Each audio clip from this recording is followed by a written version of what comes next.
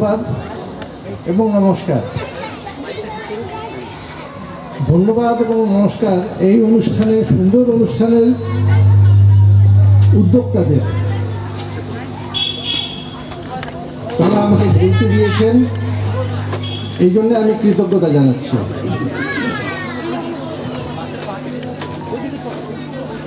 স্বামী বিবেকানন্দ বলেছিলেন, আমি মুক্তি চাই না, মোক্ষ চাই না। আমার মৃত্যুর পরেও আমার আত্মা দরিদ্র ভারতবাসীর জন্য কাজ করে যাবে। হিন্দু ধর্মের মূল লক্ষ্য হচ্ছে মুক্তি এবং মোক্ষ। গীতায় শ্রী ভগবান বলেছেন, মামুপেত্য হি কুন্তেয় পুনর্জন্ম ন বিদ্যতে। এই 50,000 বছরের ভারতবর্ষে হিন্দু ধর্মের ইতিহাসে বিবেকানন্দ একমাত্র সন্ন্যাসী, একমাত্র হিন্দু সন্ন্যাসী যিনি কথা বলতে পেরেছিলেন, আমি মুক্তি চাই না, আমি মোক্ষ চাই না। স্বামী বিবেকানন্দকে বলা হতো অতিবাদী। অতিবাদী কথাটির অর্থ কী? এটি একটি সংস্কৃত অর্থ, সংস্কৃত শব্দ। আমরা স্বাভাবিক চিন্তা ভাবনায় মনে করতে পারি যে যিনি অতিরিক্ত কথা বলেন তিনি অতিবাদী। তা নয়, যিনি ব্রহ্মকে জেনেছেন তিনি অতিবাদী হয়ে যান। এর অর্থ হচ্ছে যে তিনি যা বলেন তাই সত্যি হয়, তার মুখ দিয়ে কখনো মিথ্যে কথা বেরোয় না। শিকাগোতে যে স্বামীজি একটি কথা বলে এসেছিলেন, this is my challenge to the whole world to find that any expression, a single expression in the entire system of Sanskrit literature, that only Hindus will be saved and not others. আমার সারা বিশ্বের কাছে একটি challenge যে সমগ্র হিন্দু ধর্মশাস্ত্রের মধ্যে, সংস্কৃত শাস্ত্রের মধ্যে, সাহিত্যের মধ্যে একটি জায়গা খুঁজে দেখানো যে কেবলমাত্র হিন্দুরাই রক্ষা পাবে এবং অন্যরা ধ্বংস হয়ে যাবে। 130 বছরের ওপর হয়ে গেছে, আজও এই চ্যালেঞ্জটি সারা বিশ্বে কেউ গ্রহণ করতে পারেননি। আমেরিকা থেকে ফিরে দক্ষিণ ভারতের কুম্ভকোণম বলে যে একটি জায়গা আছে, সেখানে স্বামীজি বলেছিলেন, জগতের সকলেরই বেদান্তের চর্চা করা কেন উচিত, তাহার প্রথম কারণ বেদান্তই একমাত্র সার্বভৌমিক ধর্ম। কেন একমাত্র, এই কথাটি এখানে বলার দরকার নেই। কেন সার্বভৌমিক সেটি বলি। বেদান্ত মানে 12টি বৈদিক উপনিষদ মিলিয়ে বেদান্ত। ঈশ, কেন, কঠ, প্রশ্ন, মুণ্ডক, মাণ্ডুক্য, ঐতরেয়, তৈতরেয়, শ্বেতাশ্বতর, ছান্দোগ্য, বৃহদারণ্য, কৌশিতক। এর প্রথম উপনিষদের নাম হচ্ছে ঈশোপনিষদ। তার প্রথম শ্লোকটি হচ্ছে ওং ঈশাবাস্য মিদাংসার এবং ইয়াত কিঞ্চ জগৎ জগৎ।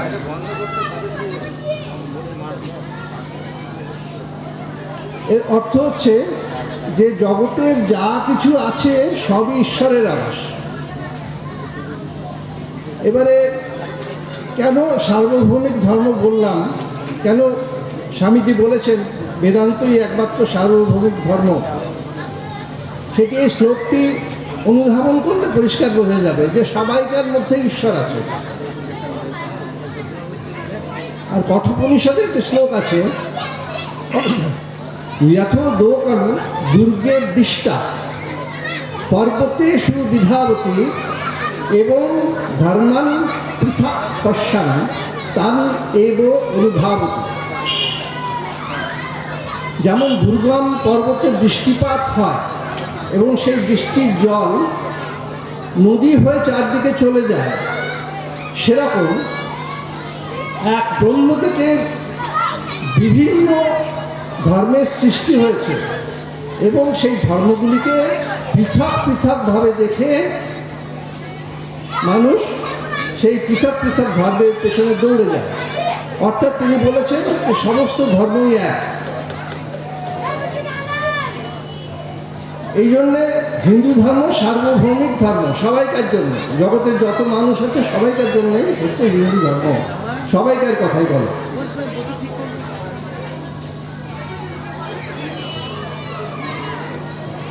রামকৃষ্ণদেবের একটা গল্প বলি।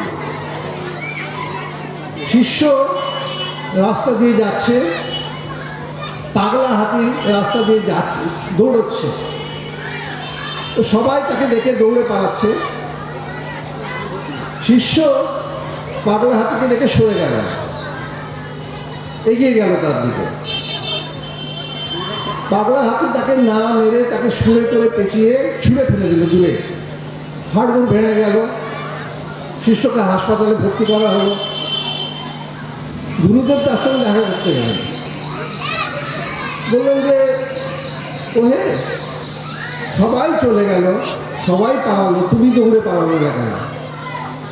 শিষ্য বলছে, মহারাজ আপনি তো আমাকে শিখিয়েছেন যে সবার মধ্যে ব্রহ্ম আছে, হাতির মধ্যেও ব্রহ্ম আছে, সেই জন্য আমি হাতিকে দেখে পালাইনি।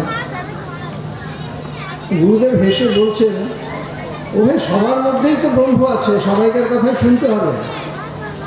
তো হাতির পিঠে যে মাহুত ছিল, মাহুত যে বলছিল সরে যাও সরে যাও, তুমি সেই মাহুত ব্রহ্মের কথা শুনলে না কেন?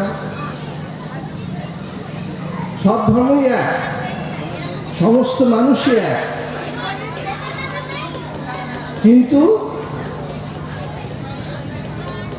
জানতে হবে কার কথা শুনবো, কার কাছে যাব, কার কাছে যাব না। মহাভারতে একটি শ্লোক আছে, অহিংসা পরম ধর্ম, অহিংসা পরম ধর্ম। তার পরের লাইনটি আমরা কেউ জানি না। অহিংসা পরম ধর্ম, ধর্মহিংসা তদৈবচ। অহিংসা পরম ধর্ম, কিন্তু ধর্মে যে সমস্ত হিংসার কথা বলা আছে সেগুলি তার চেয়েও ওপরে।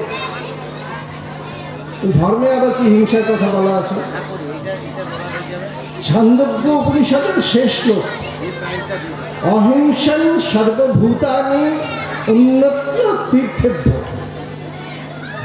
সর্বভূতের প্রতি অহিংসা, তীর্থক্ষেত্রে বাদ দিয়ে। এ আবার কি কথা হলো? তীর্থক্ষেত্র মানে তো হরিদ্বার, পুরী, এই সমস্ত বুঝি আমরা, তো সেখানে যে হিংসা করব আর সব জায়গায় অহিংসা, তা তো না। এর অর্থ হচ্ছে তীর্থক্ষেত্র মানে হচ্ছে ধর্মের ক্ষেত্রে। ধর্ম যখন আক্রান্ত, ন্যায় যখন আক্রান্ত, তখন অহিংসা চলবে না। সীমান্তে যে সমস্ত সৈন্যরা দাঁড়িয়ে আছে আমাদের, তারা যদি অহিংসা পরম ধর্ম বলে, তাহলে আমাদের দেশটা বাইরের শত্রুরা দখল করে নেবে।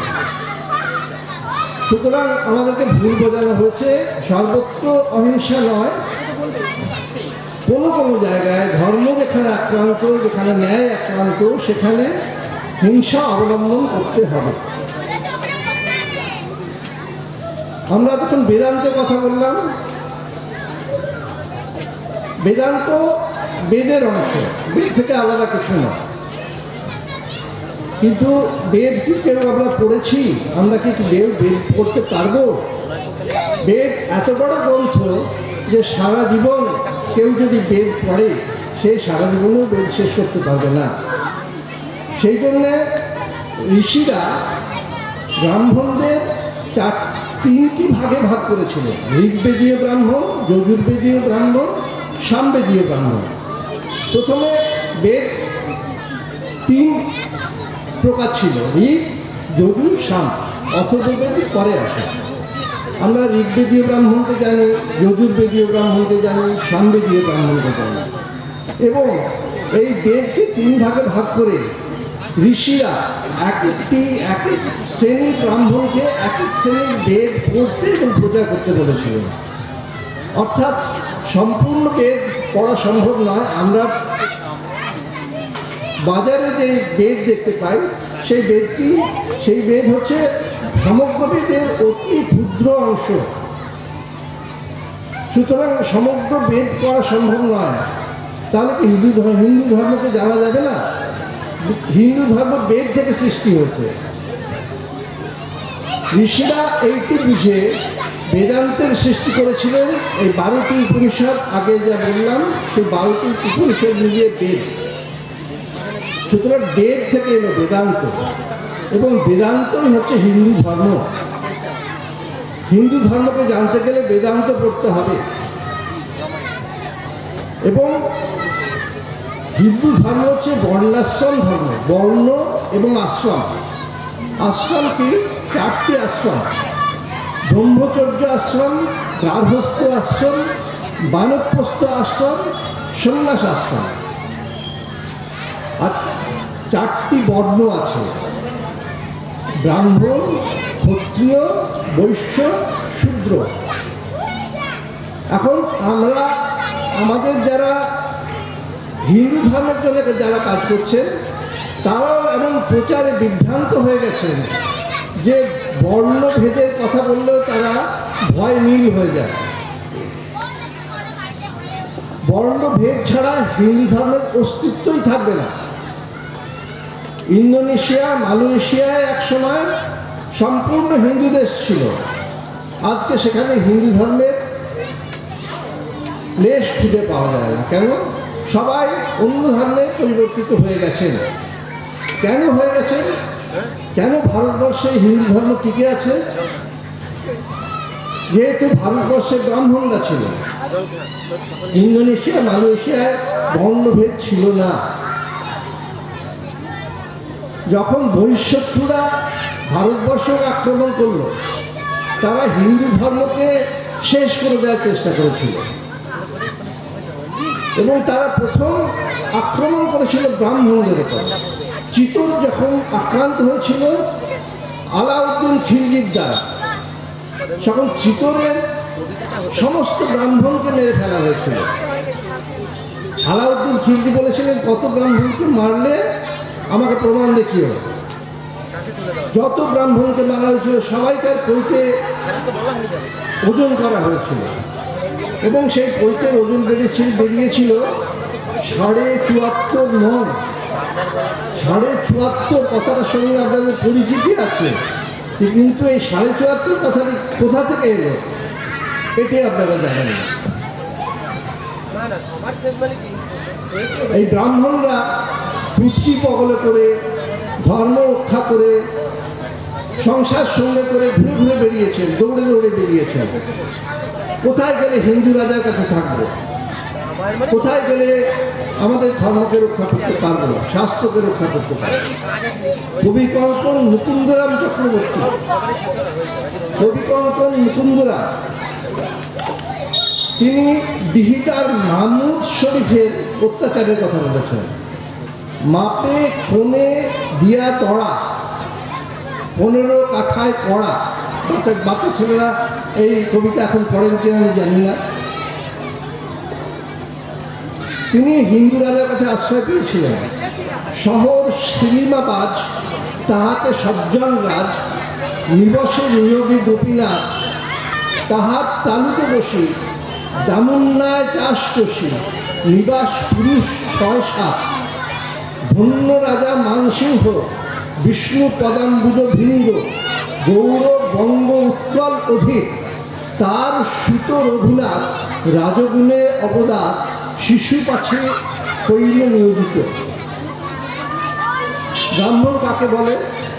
গীতায় বলা আছে, সম দম তপ শৌচ ক্ষান্তি আর্য ববেবচ, জ্ঞান বিজ্ঞান আস্তিক্যম, ব্রহ্মকর্ম স্বভাবজম।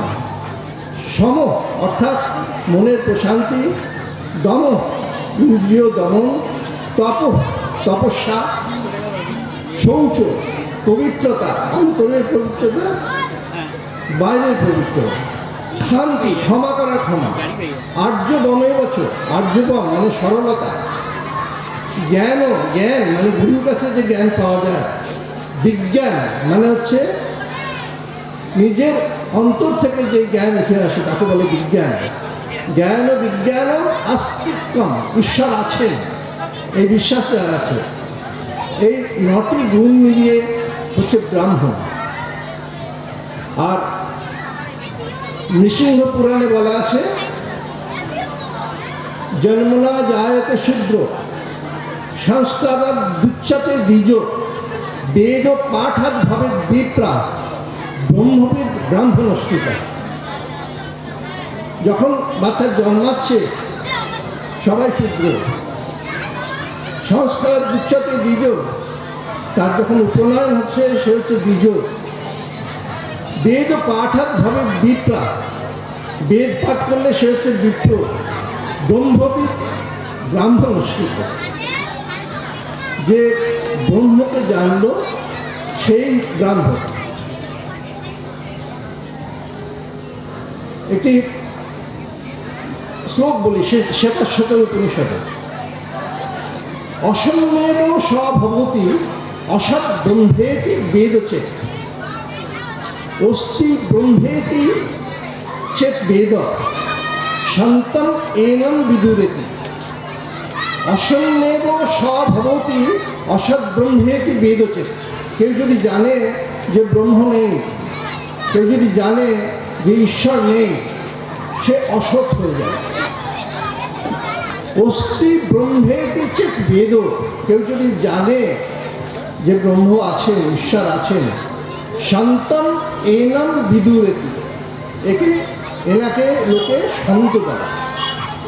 সুতরাং আপনারা সবাই ঈশ্বর বিশ্বাস করেন এবং আপনারা সবাই সৎ মানুষ, কিন্তু এখান থেকে বেরিয়ে গেলে আমাদের সবাইকে অসৎ মানুষদের সঙ্গে ওঠা বসা করতে হয়, বাধ্য হয়। তো তাদেরকে কী করে বোঝাবেন যে ব্রহ্ম আছেন? তাদেরকে কী করে সৎ করবে? ব্রহ্ম আছেন এই কথাটি বোঝানো খুব সহজ। শাস্ত্রের কথা তো সবাই মানবেন না, কিন্তু বিজ্ঞানের কথা মানবেন, প্রায় সবাই মানবেন। কেউ কেউ বিজ্ঞানের কথা মানেন না, তাদের কথা বাদ দিন। বিগ ব্যাং কাকে বলে? বিগ ব্যাং কথাটি বাংলা হচ্ছে মহাবিস্ফোরণ। সেই বিস্ফোরণটি কোথায় হয়েছিল? একটা সময় ছিল যখন এই বিশ্বে কোনো কিছু ছিল না। কোনো কিছু ছিল না মানে কোনো কিছুই ছিল না, শুধু একটি বিন্দু ছিল। এটা আলপিনের মাথায় যে জায়গা থাকে 1 মিলিমিটারের 1 ভগ্নাংশ, সেই জায়গাটা ছিল। সেটাকে ইংরেজিতে বলা হয় সিঙ্গুলারিটি, বাংলায় কি বলে আমি জানি না। সেই সিঙ্গুলারিটিতে যখন মহাবিস্ফোরণ হলো, সেটা কখন হলো না, আজ থেকে 1380 কোটি বছর আগে, 13.8 বিলিয়ন ইয়ার্স এগো সেই বিস্ফোরণ হলো। সেই বিস্ফোরণের থেকে চারিদিকে ছড়িয়ে গেল বস্তুরাজি, এবং সেই 1 মিলিমিটারের 1 ভগ্নাংশ জায়গা থেকে সৃষ্টি হলো এই আমরা যা দেখছি সব কিছু। এই হাতি, ঘোড়া, উট, পাহাড়, পর্বত, নদী, সে 1 মিলিমিটারের 1 ভগ্নাংশের মধ্যে ছিল। সেখান থেকে বিগ ব্যাং হয়ে এই পৃথিবীর সৃষ্টি হলো। এই সব কিছু সৃষ্টি হলো, গ্রহ, নক্ষত্র, তারা, সব কিছু সৃষ্টি হলো।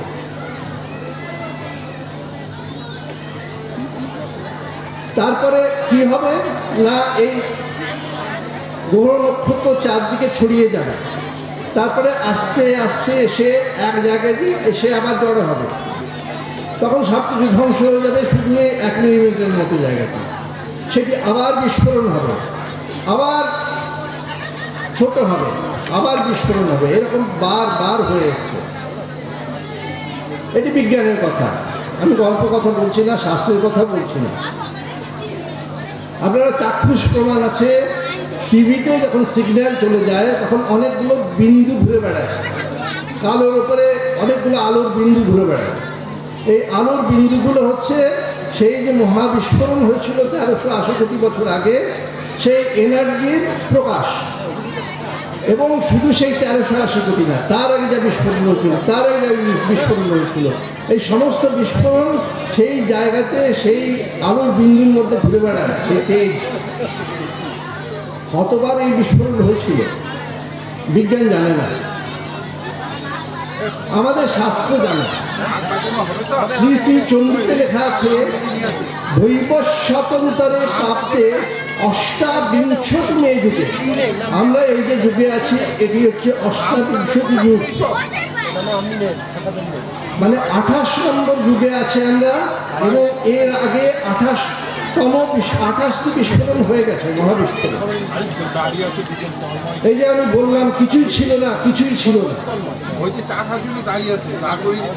যারা বাচ্চা ছেলেরা হাতে মোবাইল নিয়ে ঘুরে বেড়ায় তারা একবার গুগলে যে টাইপ করবেন নাসদীয় সূক্ত। নাসদীয় সূক্ত এটি হচ্ছে ঋগ্বেদের 10ম মণ্ডলের 179 নম্বর সূত্র। ন অসৎ আশিক ন সৎ আশিক তদানীম ন আশিক রজ ন ভৌম পরয়ত কিম আবরিব পুহু কস্য শর্মনাম্ভ কিম আশিক গাহনম গভীরম। এর অর্থ হচ্ছে সেই সময় সৎ বস্তু ছিল না, অসৎ বস্তু ছিল না।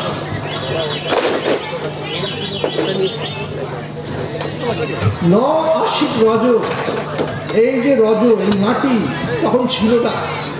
ন বোম পারয়ত, এর ওপরে যে আকাশ, সেই আকাশও ছিল না। কিম আবরণ কুহু কক্ষ, কে কাকে আবরণ করেছিল কে বলবে।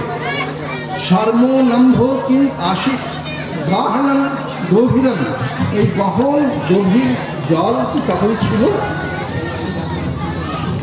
মিলে গেল, শাস্ত্রের সঙ্গে বিজ্ঞান মিলে গেল। সেই সময় কিছু ছিল না। ন সৎ আশিক ন অসৎ আশিক তদানীম, সেই সময় সদ্বস্তু ছিল না, অসৎ বস্তু, সদ্বস্তু ছিল না, অসৎ বস্তু ছিল না, কিছুই ছিল না। আমাদের ঋগ্বেদের 10ম মণ্ডলে সেই কথাটি বলা। স্বামীজি শিকাগোতে যে ঋগ্বেদের 10ম মণ্ডলের 181 নম্বর,